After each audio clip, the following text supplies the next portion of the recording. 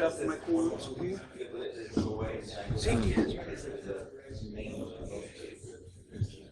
Are we rolling? Action. Good afternoon, everybody. We're going to keep rolling here with our next speaker. It's going to be Ron Woerner. Ron is the Director of Cybersecurity Studies at Bellevue University. He's going to talk about Under the Influence, the dark side of influence, as you can see. Welcome, Ron Woerner, everybody. Thank you all very much. Well, one of the advantages of being towards the end is that I get to watch everyone else's talk and then freak out when I realize my talk is almost similar to like 5 other talks that have already been given, including Z's that was absolutely fabulous yesterday afternoon. Who saw her talk? I mean, this rocked. I mean, this morning's keynote rocked. So I'm sitting here going, all right, what can I do that makes this slightly different? All right. So this is the new title of my talk. Whole bunch of random stuff, since there's already been some awesome talks on social engineering and leadership. Who here considers themselves to be a social engineer? All right, everyone raise your hand. At one point in your life, you were all social engineers. If you have, anyone have kids? Yeah, kids are awesome social engineers. I also use my social engineering almost constantly with my 15-year-old daughter and 17-year-old son. Talking to Ray downstairs, my 17-year-old son knows that I'm away in Michigan. See, I come from Nebraska. And so he's like, cool, house to myself, party. And I'm like, just to remind you, I have cameras spread out throughout the house. You do? What he doesn't know won't hurt him. Yes, I check him remotely. You know, that Internet of Things can be really handy. So, and plus, I keep it wide open and then tweet it out for all of his friends to watch what he's doing. Peer pressure goes a long way. I like to start out my talks asking a very simple question. Who am I? And no, I don't have an identity crisis. Who am I? Anyone got the yellow book? Start flipping through. I'm Ron. How do you know? I mean, look at these badges. Doesn't have my name on it. I found this on the street over there. But how do you know that's true? I could have social engineered the conference organizers. You see, what I want to do when I grow up is I want to be a conference crasher. You know that movie Wedding Crashers? Well, my goal is to go into conferences. You know, they normally have badges sitting out. You just point at the badge with the name on it. You know, that's me. I'm Gwendolyn. Okay, maybe not. Or Amanda, or you pick the name. And then when that person comes up to the conference, oh, where's your badge? Oh, we can't find your badge. Well, let's just write one out. Anyone want to join me? I mean, you get free coffee, free rolls. You know, for a lot of conferences, you get free food, all the swag from the vendors. I mean, I got clothes for a year just with all the different T-shirts. I mean, some do check ID, and then it might be how you ask, you know. Well, we can prove it by, well, A, you can try Googling me, but of course I could have created a fake persona on the internet. You could say, let me see your driver's license, but how do you know? I didn't fake it. And how do I trust you? You could be one of those people with a photographic memory. You'll memorize all my personal information, right? Well, this is the identity paradox we see on the internet. I love using this one with the high school kids. I do a lot of mentoring, and that's actually my talk tomorrow at B-Sides, Hacker High. Just a little plug. All right, so this is who I really am. Big thing, A, I am a teacher. I am a Michigan State alum. Go Spartans. If you're U of M, I'm sorry, you know. It just goes without saying. So, standard warning label applies. Please feel free to interject. We can make this fun. Heckle me. I love playing the game Stump the Professor because, okay, I heard downstairs, directly below us, they're doing a podcast. So now's your chance to run down there and check it out. Here's my warning. I'm a teacher. I give homework. There will be a test at the end. All right, no one's bailing. I like to depress my students by reminding them that A, the real homework begins when they graduate, and B, the real test is out there. If they don't learn their stuff in my class and then their boss asks them that same question, they're like, oh, well, you have a degree in it. Why don't you know? Learn this stuff. So what are we doing here? What are you doing here? I guess, is this a traveling mic? It could be a traveling mic. If I want to break it some more. Sorry. Keep you awake. I might do. Feel free to keep me awake. Give you some stuff to think about. And do. One of the things in these conferences that we'll often hear is why you need to do cybersecurity, what you need to do. Well, I'm going to give you some tools how to do it. Not to plug my program or classes, but I have developed classes on risk management, social engineering, a whole bunch of other stuff that I'm actually bringing into this talk. See, I'm a teacher. Help you be a better cybersecurity. So what crap should we talk about today? Anyone have a preference? What's that? The good crap. How do you distinguish good from bad? It's kind of like pornography on the internet, you know? You just know it when you see it, right? No, there's laws on that. Yeah, that's true. Well, what I'm going to do is I'm going to talk a little bit more about influence, how you can develop your own influence within your organization, how you can social engineer your way into a job, how you social engineer your boss. Anyone ever have to social engineer a boss or a colleague? Yeah, we've all been there, done that. I go around and I give talks throughout the country. I talk to CISOs, CSOs, CIOs, and I like to ask, what are your biggest issues? It comes down to two things. One, influence. How do I get people to listen to me in security? You know, up, down, and in the middle. And then the second one, and I haven't really seen a lot of talks here at this con on it, how do you handle risk? What's a risk? Think about, are you risk averse? I've seen so many organizations who say, oh yeah, we're really risk averse. And then they use Dropbox for all of their files. Cognitive disconnect here, folks. You know, oh no, we're not really risk averse. You know, we're a pretty open organization. And then they lock down every file system to prevent people from working together. Anyone been there, done that? All right, so the question I often get asked, and you probably do too, how to stop the hackers?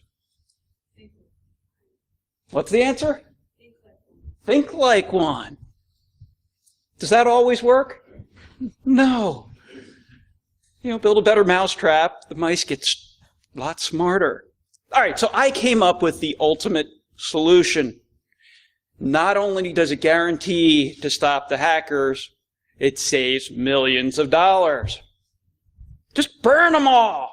Who here can go 24 hours untethered? Oh, I don't see any hand. Oh, I see half a hand over there. Yeah. See, I was really cruel to my daughter. I took her on a trip with me to the United Kingdom earlier this year, and I didn't let her have 3G or 4G on her phone. Oh my gosh, you would think I was torturing the poor child. It was fun though. We'd be walking down the street, and they have lots of pubs over there. And the pub would have a sign saying free Wi-Fi. Hey Dad, can we stop in the pub? Oh, do we have to? So, awesome pubs over there. Love Richard Feynman. Make sure you're not fooling yourself. We are our own worst enemy. And by the way, I'm just going to be rocketing through a lot of these slides. If at any point you want me to slow down, stand up, jump up and down, throw something at me, that is fine. Anyone know who that guy is? Yes, who?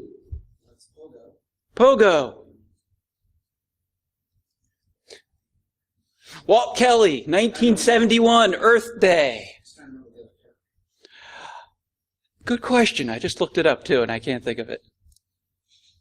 All right, who knows the other character? Who has a computer on him? All right, everyone raise your hand if you have a smartphone on you. This is the new form factor of computers. Seriously. I'll tell my students, like, I don't have an answer. I'm like, then look it up. You have the phone for a reason. Anyway, cyberspace. We've become our own worst enemy, phishing, blah, blah, blah, all the talks from earlier. So I want to talk about Unfluence, the evil side of influence. How do we get influenced in a negative way? And we don't even think about it. What's fun is, after I give this talk, people tend to be a lot more paranoid and then blame me for their paranoia. So, advertising, we see Unfluence all of the time. FedEx, you see the arrow. Formula One racing. Amazon, you see the smile. What do you see in Axe?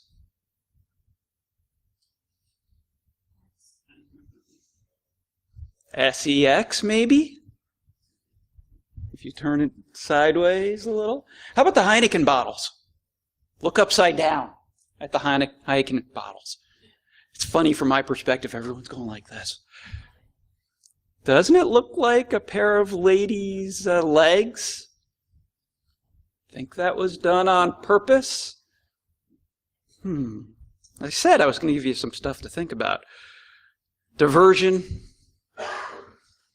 I love watching magicians. They are experts. So if you really want to become a good social engineer, watch The Illusionists. They make you watch over here when over with their other hand, they're doing all the stuff.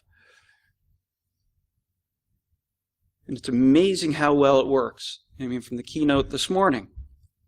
So 2 sides of influence, leadership, social engineering. So is this you? Who here has ever been in this situation? Who's been in cybersecurity or security more than 10 years? Okay, so a handful. Longer than 15 years, anybody? Okay, so a couple. 5 to 10? Getting in there. Who's just a complete noob who just came in off the street? All right. Hey, nothing wrong with that. Ask questions, please. We often see this. Or is this your security program? For those who can't see, that's a gate in the middle. We're secure. The gate is down, right? Yes, we are compliant. Exactly. Yes. Is the gate down? Was the gate installed? That's why, with my teenagers, with my security program, by the way, before I taught, I actually ran security at numerous Fortune 200 companies. So that's where I brought in my experience. But I've had auditors, try to be that gate, shutting everything down. And I'm like, but people will just go around. And what is the most insecure point? It's when people are going around. One of my favorite quotes is Yogi Berra. When you come to the fork in the road, take it. Anyone ever hear that one? All right, think about it. I know it's after lunch, blood's in your tummy. Come to the fork in the road, take it. Well, which way do we go? The most insecure point is that middle point where you're just going, well, do we go left or right? Go left or right? Pick a direction. It's a lot easier to move. Is this your boss? From the Peter principle. So they made me the boss because I'm an idiot. It would be too risky to give this much power to an intelligent person. Anyone have a boss like that? It's called the Peter principle. You're promoted to your highest level of incompetence. Which is exactly why I could never be promoted, I guess. Until I promoted myself. All right, we often see Office of FUD. Anyone not know what FUD is? Good. Office of No. We put the no in innovation. Anyone ever hear of that one? Can we do this security? No. Okay, we'll do it anyway, and we just won't tell you. Office of No action. Practical Unix and Internet Security is one of the seminal works in cybersecurity from 1996. Is when the first edition came out. Dr. Eugene Spafford is a professor at Purdue University Sirius Lab. This is quote, if you have responsibility for security, but you have no authority to set the rules or punish violators, your role is to take the blame when something goes wrong. Anyone in that position? So almost 18 years later, we still are seeing security figureheads. Fortunately, this is getting better. Where now we have the opportunity. So this is what I'm talking about, influence. Ultimate voice. Anyone know what that is? It's where you embed commands in what you want people to do. So I'll talk about that a little more. Who are these two jokers? So who's the guy on the left? You know, I was going to say Bruce Schneider, but then I realized it's actually on there, so I'm an idiot. No. What is it? Occam's razor? You know, the most obvious answer is probably the most correct. But you'd be surprised how many people are going, oh, I don't know who that is. Bruce Schneider, what was his first book? Applied cryptography? He means he's a mathematician.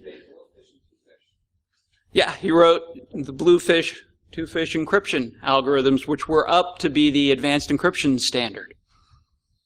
How about the other guy? I didn't put his name up there. No, his name's not security. Marcus Ranum. He wrote one of the first internet firewalls, network flight recorder. Know what these guys have in common? Both had the realization that security is about people. Bruce Schneider was rewriting his cryptography book, said, the idea was, if we just encrypt everything, we will be secure. And you laugh. Why do you laugh? Anyway, if you encrypt everything, and then he's about 2/3 of the way through, and he's like, this is BS. We're always going to have that human element, right? At some point, you need to decrypt something for the human to be able to see it. We saw that with the Blu-ray technology, right? They tried to encrypt it, and people would just find other ways of recording it. I'll encrypt your laptop, so this way everything is secure. Okay, selfie. Sorry. No, Schneider said you can't fix software problems with technology. And Random said if you think technology will solve your security problems, you don't understand the technology and you don't understand your problems. Has anyone ever had a boss that said, oh, our problem is that we need data leakage protection? Something like that? What's the problem with that statement? Problem is we need data leakage protection. No, that's a solution, right?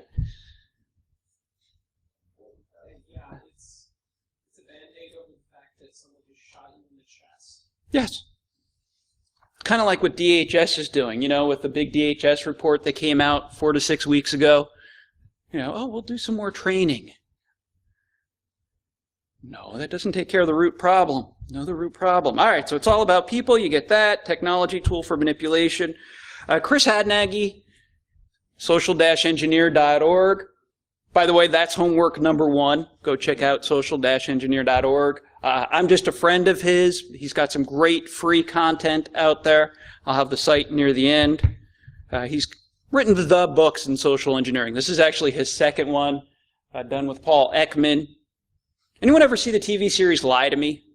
Where you can, they walk through how to watch if people are lying or not by facial expressions. Well, that's what Paul Ekman is the expert on.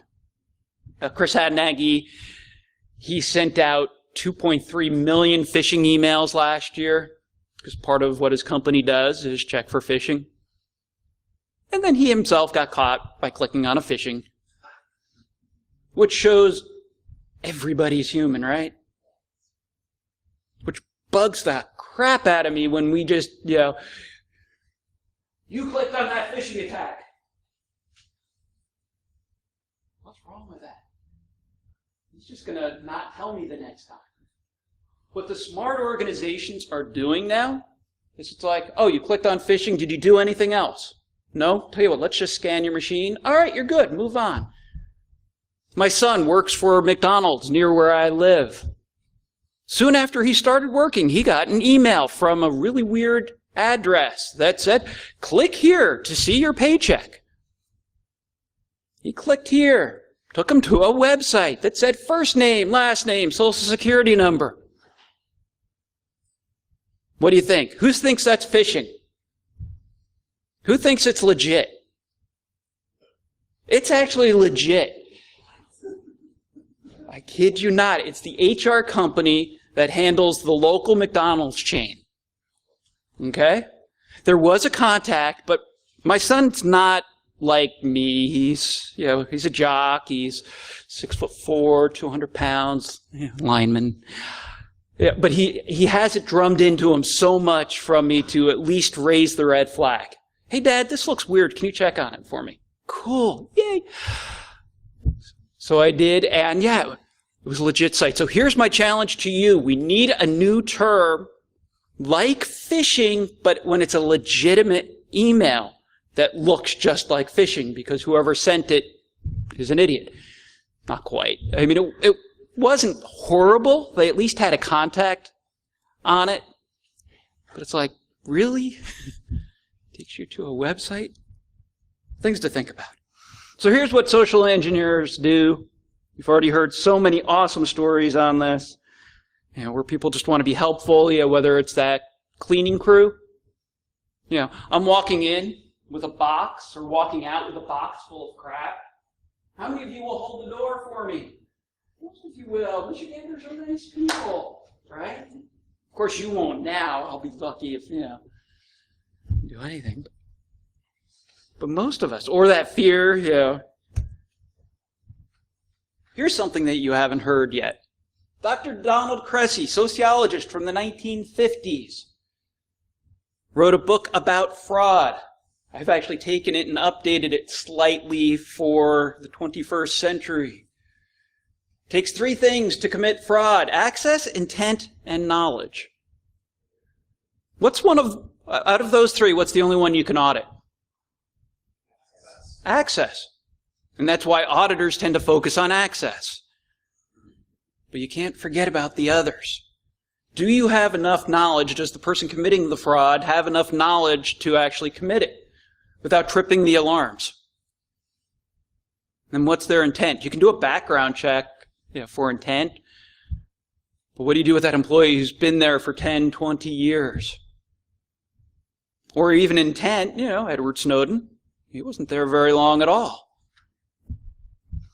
So next time you're wondering, yes, question. Sorry.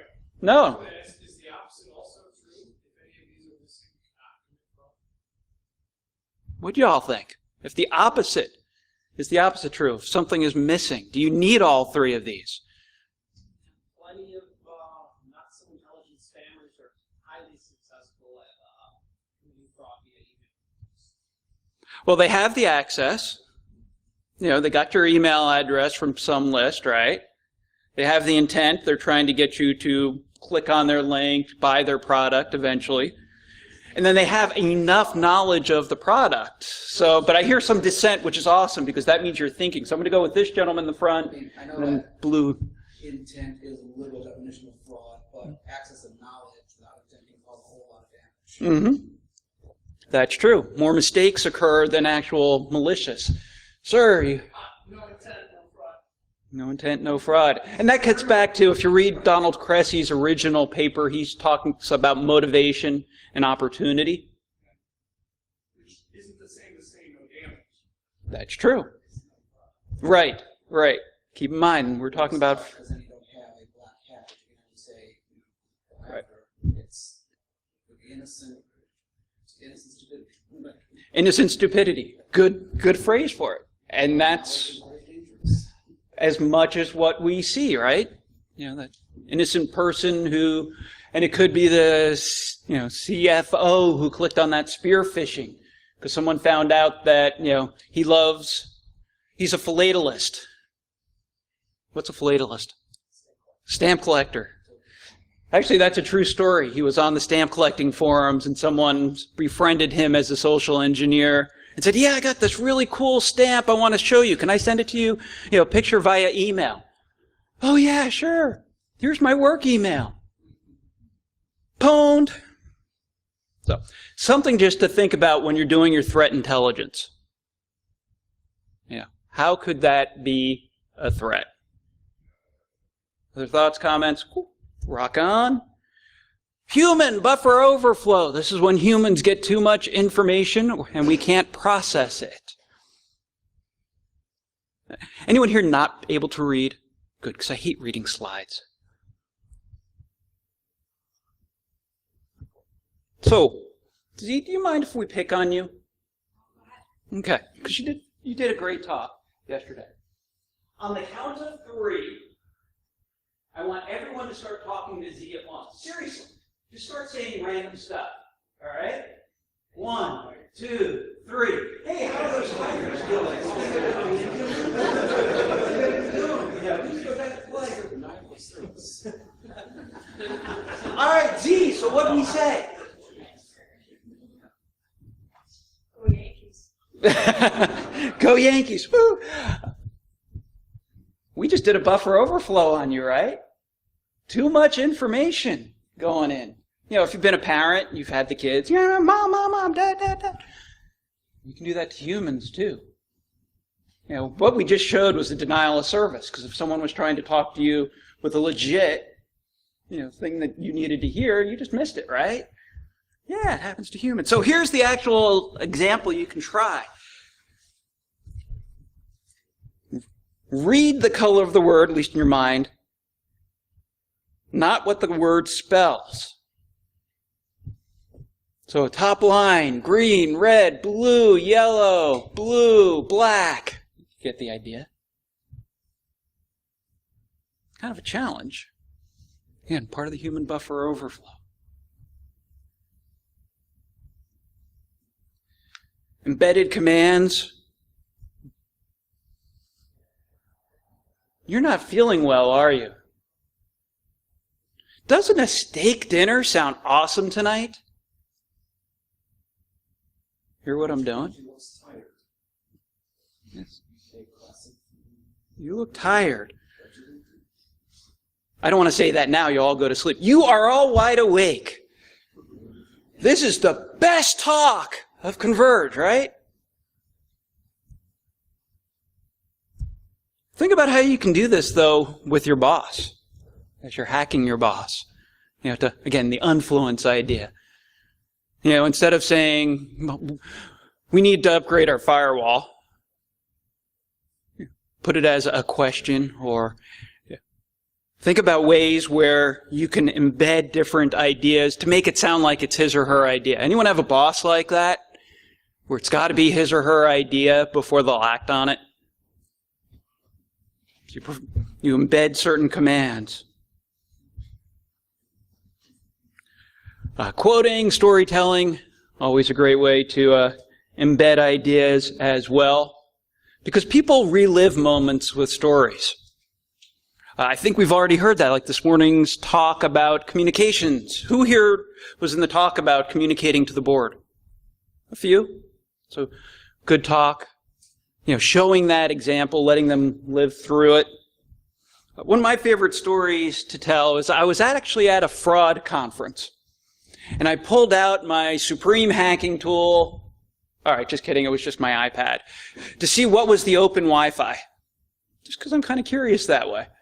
And I noticed there was an open Wi-Fi called Auditorium. So I clicked on it, right? Who here would? You see an open Wi-Fi. Oh, where will it take me today? I click on it. I open up the web page, and it's for the wireless projector for this big auditorium. Off to the side, and I could have done a little bit of damage maybe, off to the side I see a button that says admin. So what do you think I did? Click on it, why not? Took me to a screen where it said user ID, admin, password, blank. So, what do you think the password was? So you're right, one of two choices, admin or password, and I think it was admin. Okay, at that point, I did step over the ethical bounds because I did not have permission to access that projector. But I'm a trained professional, don't you try this at home, blah, blah, blah.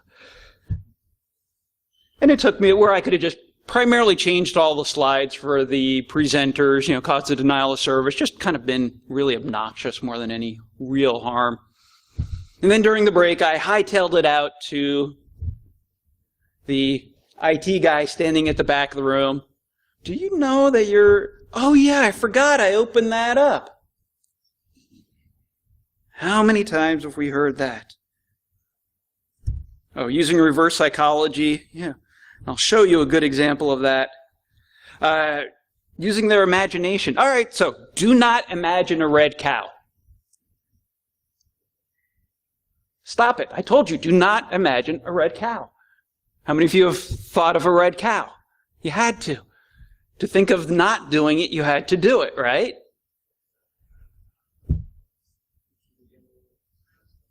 That's all the fun stuff we can do. Yes, do not click on this link. You know, click here. Yeah. One of my favorite social engineering books is from the 1930s, Dale Carnegie's How to Win Friends and Influence People. Here's his 6 techniques. Find something you can identify with someone else. Being relaxed, names go a long way. You know, like I'm able to talk to Z, you know, and I got a nice smile from her, which then made her feel relaxed. We developed rapport. One of the biggest things you can do as a social engineer, it's ego suppression. Have the other person do all of the talking. Goes a long way. So here's my question to you. Who would be a better social engineer, me or Z? Why do you say that?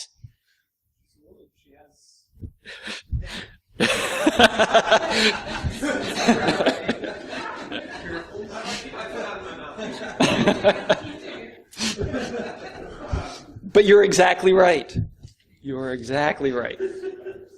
And I'm sorry, you know, it works. If it works for you, keep going with it, right? Make the other person feel important. All right, some more tools of the trade. I forgot in my hurried packing to bring my social engineering shirt. Yes, I have one. I went to my local Goodwill store, and I found a really nice collared shirt that says Wilson Security on it. And on the back, it says security. Seriously, I wear that, and I go and I carry my iPad. Hi, I'm Ron Wilson with Wilson Security. I'm here to perform your security audit. And I go look up the name of someone who I know is on vacation. He asked me to come on in and perform it. Oh, you don't have your... Well, do you want to call him? No, he's on vacation. Well, he told me I have to do this right now. Oh, and then I'll give my business card. Who thinks I could get right in like that? I mean, just take some kahunas. All right, so what I did at a local security conference in Nebraska a few years ago, just to kind of prove my point, with that conference, they actually had printed badges with the names on it and everything. So I went home after the first day, I scanned in my badge, I changed my name to Bill Gates, changed my company to Microsoft Corporation, printed off Bill Gates' Microsoft business cards. And the whole second day of the con, I was Bill Gates. Just trying to figure out why they never invited me back. Anyway, simple stuff. All right, we saw this from the Ronald's talk yesterday. All the cool places you can go. Another piece of homework I'm going to give you is to watch Johnny Long's DEF CON 15 talk. Who has seen his no tech hacking talk? Oh, okay. So what do you think? You saw it, right? Yeah. Thumbs up? Definitely, and the book is a good follow-up as well. And his book. So I give fun homework, by the way, valuable homework. He is such an awesome guy, first of all, and an awesome speaker. I'll show it here at the end. It's called Johnny Long. He does Google hacking. He wrote the book on Google hacking, no tech hacking. He actually, Johnny, I Hack Stuff, Long, Hackers for Charity. He is, what is it, Uganda's? Yeah, he is IT for the country of Uganda. Seriously. The military wanted to kick him out, and the president's like, no way. He does IT. And he's like, seriously, he's that, I mean, and he's just, yeah. He'll show you that power of observation. You just watch somebody, see what stickers they have on their laptop. What do they just have hanging out? Yeah, so many of us leak information. All right, psychology of risk. I wanted to make sure I got a little bit into risk. And if you want the slide, send me an email at the end. 82% of college students rated themselves an above average driver. Who here is an above average driver? 1, 2. All right, thank you for being honest for the rest of you, or the rest of you asleep. By the way, you do know that 43% of all statistics are made up? Yes, think about it. I actually looked to see who I could attribute that quote to, and the closest I could get was Homer Simpson. So, again, we don't understand risk. Look up, and I don't have this on my slides, Professor Risk from Cambridge University. He has a really cool 6-minute video on how we think about risk. And it's true whether you're cyber or not. So many people don't think about risk. They're like, again, I'm risk averse, and then, then they'll eat a big bacon sandwich for lunch. It's like, wait. Anyone ever work for someone who has their own pet risks? Things that they are so focused on that the rest of the risks go. Story I like to share, and I think it was about 5 years ago now, but still true today, was a CBS News story on printers. Yes, they went and they got some used printers and they performed forensics analysis and they found some incriminating information. You're nodding your head. So first of all, I got a message from my mom because this is the worst hack ever, Ron. You've got to take care of this in your company. Okay, Mom, thank you. Then my CIO, a couple hours later. But he was a lot more level-headed. Ron, is this something we need to be worried about? At the time, I worked for an architectural and engineering firm. And I said, no. Maybe in legal and in HR, where they print out some really sensitive stuff. But who cares, I think this was around Final Four time for basketball. Who cares about basketball brackets? Think about the risk. I've seen an audit where they had as an audit finding about printers. So we had to go and secure every printer in the enterprise, and this was around 1,500 printers within 6 weeks for a food company. Yeah. But it was an audit finding. Pet risk. So how do we prioritize risks? Who knows who Jack Jones is? Father of FAIR. All right, more homework, look this up. This is pretty much becoming the de facto standard of security risk management. Jack is an awesome, awesome speaker, awesome guy. Look up his FAIR wiki. CXO something is his site. Anyway, ball tire scenario.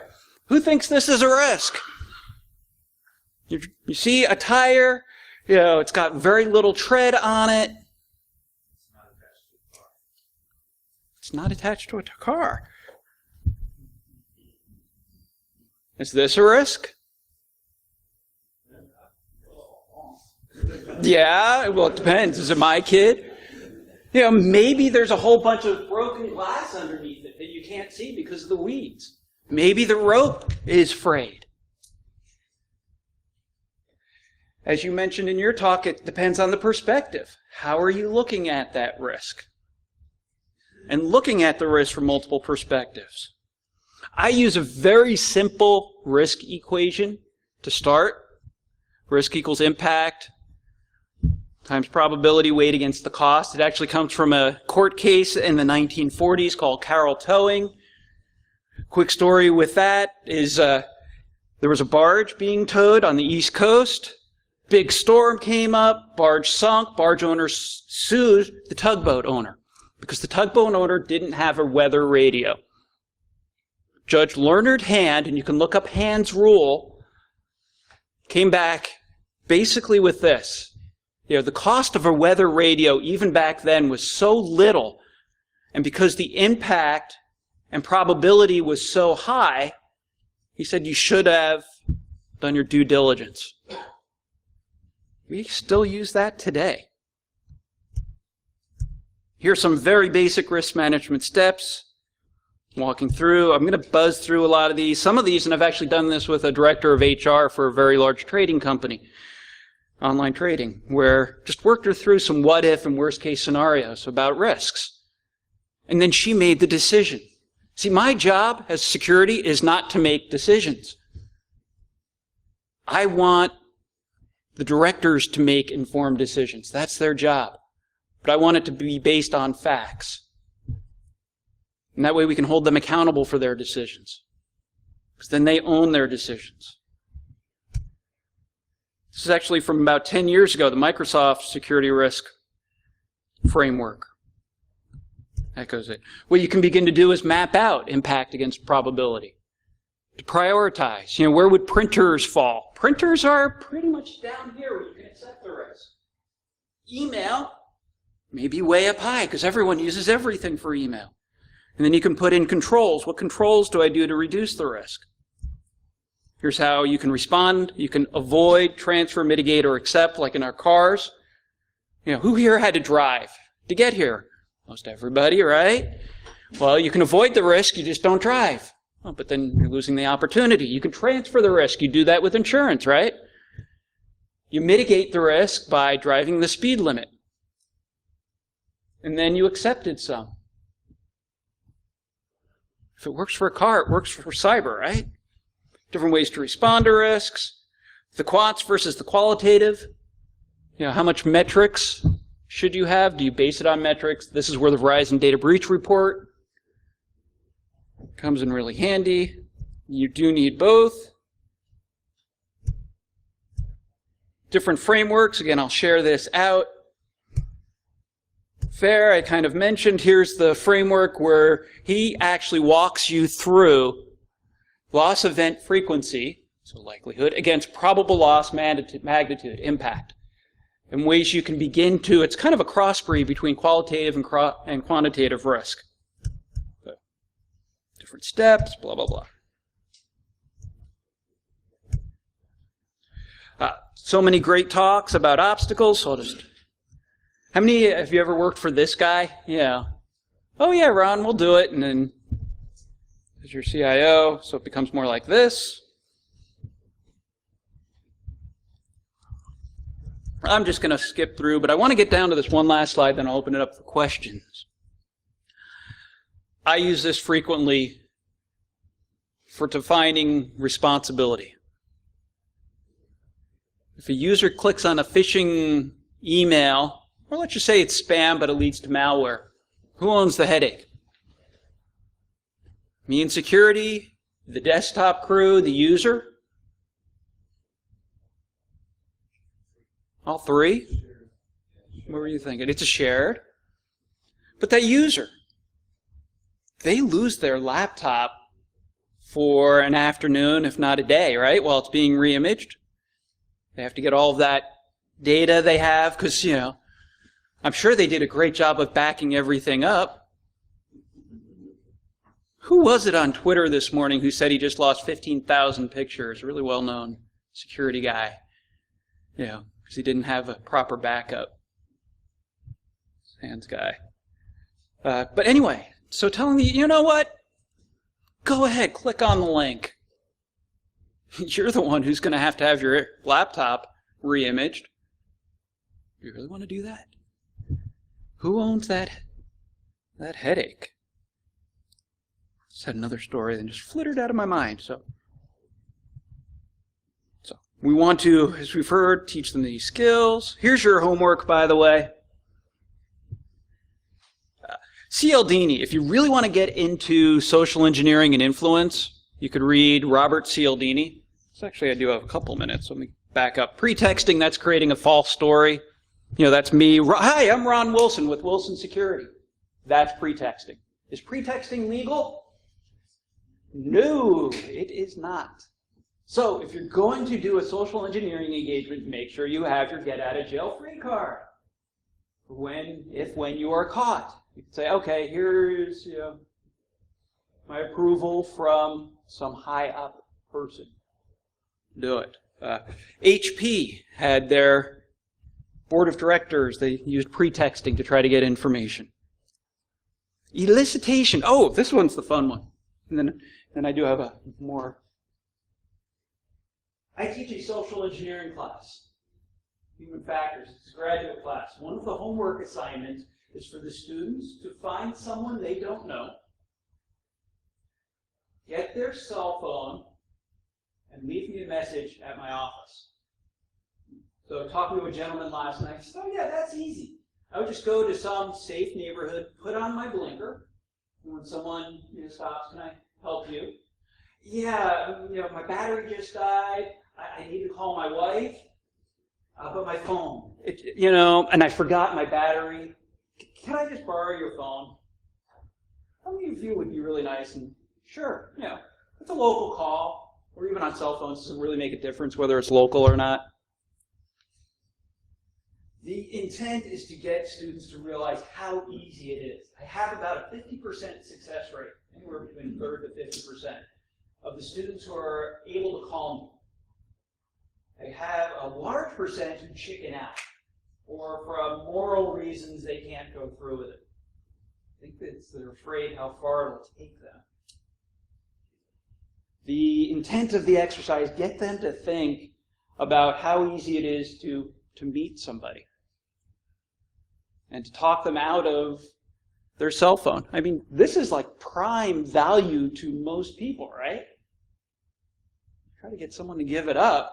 That's a pretty big engagement. So that's elicitation. Actually, the way elicitation works, it's like an hourglass. You start by using some general things. You find out, hey, are you a Tigers fan? Yeah.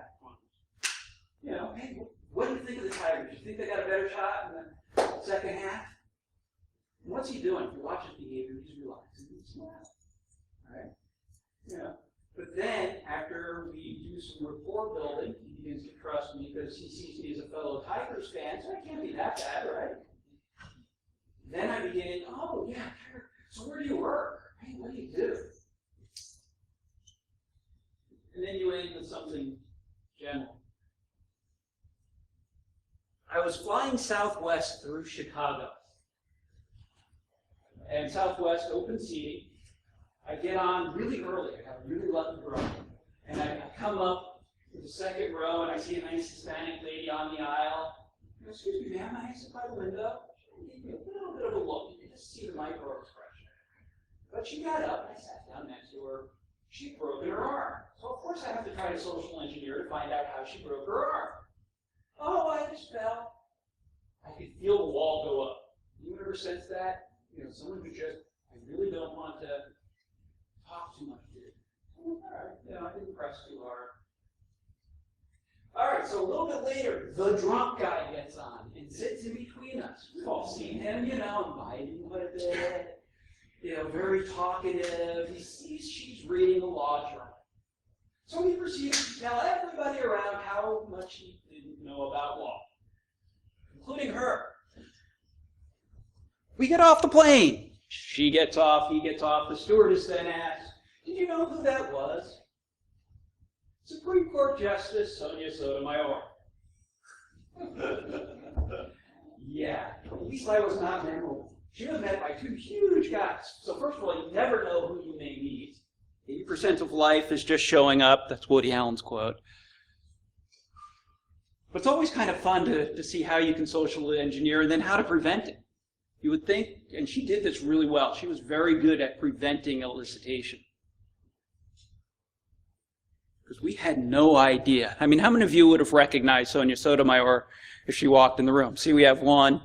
Say, I wasn't thinking, I should have. My question then to you, sir, is what could I have asked her where she could have answered? So just think on that. So what do we do? Here's your homework. More ideas on how to build rapport. So here is your assignment. I told you there was a test at the end. Go find someone here at this conference you have not met yet. Okay? There's some fabulous people here. I love this con because there's some great security folks. Find someone you don't know and practice. Of course, you're going to go, but Ron, if we're both working at being a good listener, then no one's going to say anything. Well, that's how you learn the give and take. But how do you get good at anything? How do you get good at baseball? You got to get out there on the field. How do you get good at golf? You can also match body language, vocal tone, speech. So time to practice. What I tell security folks, how do you use rapport to build your security program? Get the flip out of your chair. Yeah, hi, I got the email that you sent me. I'd like to just talk to you about it in person. Freaks people out, right? Why did you email me back? Eye contact goes a long way. All right. That's what it's all about. Some nice quotes. Here's who I am. That's my Twitter. Feel free to follow me. Anything I tweet, I make sure is of value. I don't just tweet, I'm standing up here. Although I did say there was a chance at getting an iPad. Anyone see that on Twitter? I was having a little competition with the podcasting guys downstairs. They're like, come and see us podcast. I'm like, oh, come and see me. I have unicorn, rainbows, kittens, and a chance to get an iPad. If I happen to forget it here and leave it, it's yours. I didn't say it was a good chance. What questions do you have? It's time for Stump the Professor. Professor. Yes. Which one? There we go. Business Balls has a whole bunch of different business. Yeah, that's an actual site, I swear. Socialengineer.org, Johnny Long's DEF CON 15, a bunch of others. Yes? You find that if an organization actually has a user training program focused on this, that there's actually a return on it, like a metric to say, oh look, after training, the amount of successful social engineering attacks coming down, or is it you just train and it never gets absorbed, and it's always successful no matter what? So the question is with training programs, keep in mind there's two reasons to do training. One is compliance. Check, we did training. Hey, I'm really busy. I'll give you my user ID and password. Since you've already taken the training quiz, can you just take it for me? Anyone ever see a CEO, CIO do that with their secretary? Yeah. What we'll often see is we'll see a little bit of spike, and then it'll go down. Normally it'll baseline a little bit higher, as some people, but it's the continual training. It's that, oh wow, that was really cool, I'm going to remember it. And then 3 weeks later, it's like, they have no idea. So when I see you on a street in a week, I'm going to ask you, what's one thing you got out of my talk? Probably go, did I talk? What are you? There is no right answer to that. That's unique to the continual training, the continual behavioral modification. That's what training really needs to be, is behavioral modification. I would assume, though, there's always a percentage that no matter how often you train, they're still going to click anyway. Yep. So then what kind of mitigations could you do? So instead of protection, that's where you do the detection reaction. Like a very large military organization does phishing, and continually they get a 10% of people click on phishing.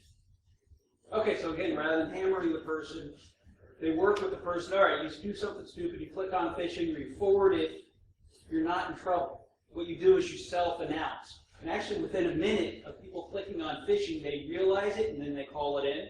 And instead of saying you did something wrong, they're like, awesome, thank you for calling it in, we can now mitigate it. One of my favorite leadership books is The 1 Minute Manager, which has 1 minute goal setting, 1 minute praisings, and then 1 minute behavioral modifications. So you take, in security, don't forget to catch people doing things right, not doing things, only doing things wrong. That's what wins friends and influence people. Thank you, that's a great question. What else? We got like 1 minute. Well, I'm here through tomorrow. My talk tomorrow is on Hacker High, as I mentioned.